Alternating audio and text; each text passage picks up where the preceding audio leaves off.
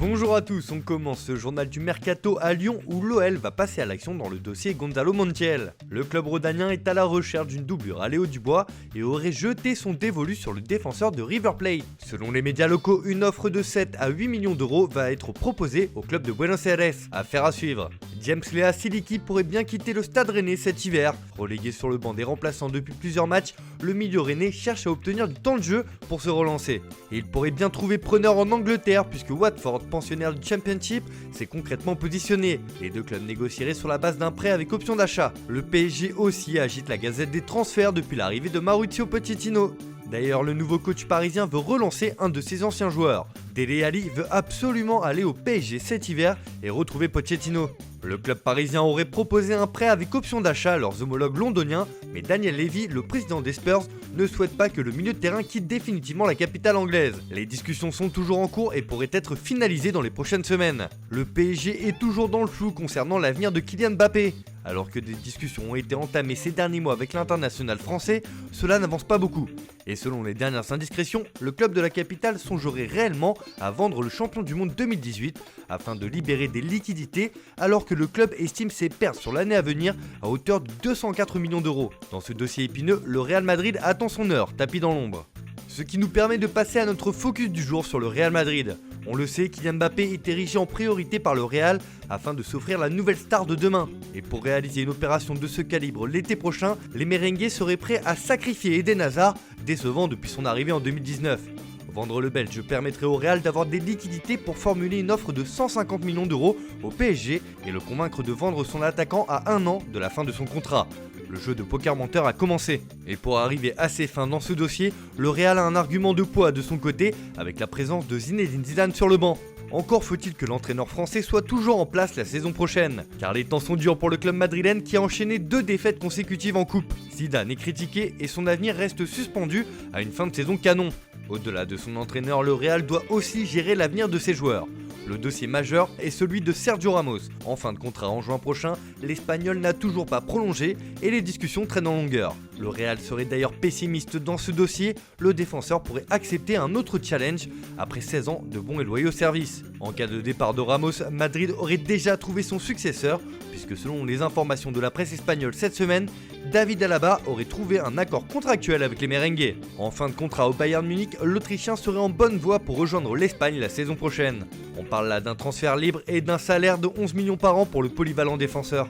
Luka Modric doit aussi prolonger dans les prochains mois. Le Croate a récemment indiqué qu'un accord était proche d'être trouvé. En revanche, pour Lucas Vazquez, un départ semble inéluctable. L'homme à tout faire de Zidane ne se voit pas proposer de prolongation et sera donc libre à la fin de la saison. Pour ce mercato d'hiver, c'est dans le sens des départs que le Real Madrid va s'activer. Et c'est déjà le cas avec le prêt de Luka Jovic à l'Eintracht Francfort. Le Serbe a été cédé jusqu'à la fin de la saison pour se relancer. Dans le sens des départs, Martin Odegaard a demandé à partir et le Norvégien ne manque pas de prétendants.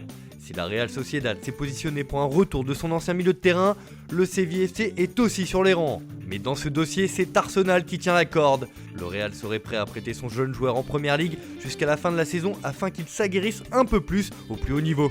De son côté, Alvaro Odriozola est lui aussi courtisé. En manque de temps de jeu, le défenseur voit la Fiorentina se pencher sur sa situation. Mais la Viola n'est pas seule puisque le PSG a aussi pris des renseignements. Le Real ne retiendra pas son joueur si une offre de 20 millions d'euros arrive sur le bureau des dirigeants. Dernière rumeur en date associée au Real Madrid, celle menant à Houssem Aouar.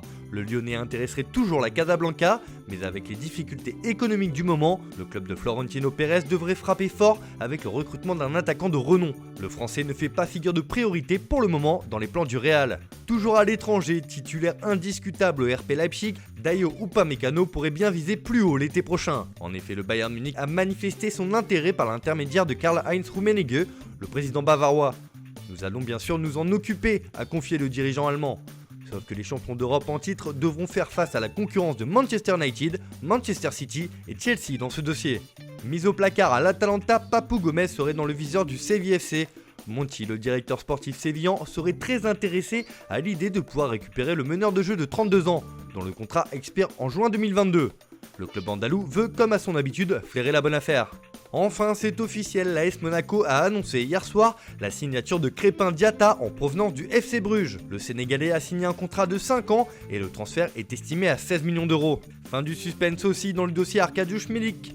L'attaquant polonais est officiellement un joueur de l'Olympique de Marseille. Il s'est engagé avec le club olympien sous la forme d'un prêt de 18 mois avec option d'achat. L'OM tient peut-être là enfin son grand attaquant.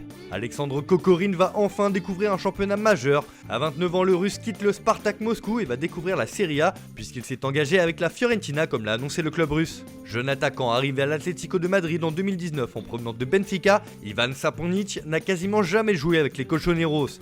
Avec seulement 2 matchs de Liga au compteur depuis la saison dernière, le Serbe vient d'être prêté à Cadiz jusqu'à la fin de la saison. En quête d'une doublure suite aux grosses difficultés rencontrées par Runar Runarsson, Arsenal a trouvé un renfort au poste de gardien. Les Gunners ont obtenu le prêt de Matthew Ryan jusqu'à la fin de la saison. L'Australien de 28 ans évolue à Brighton depuis 2017. Voilà, c'est tout pour aujourd'hui. Merci de votre fidélité. On se retrouve dès demain pour une nouvelle vidéo sur Foot Mercato.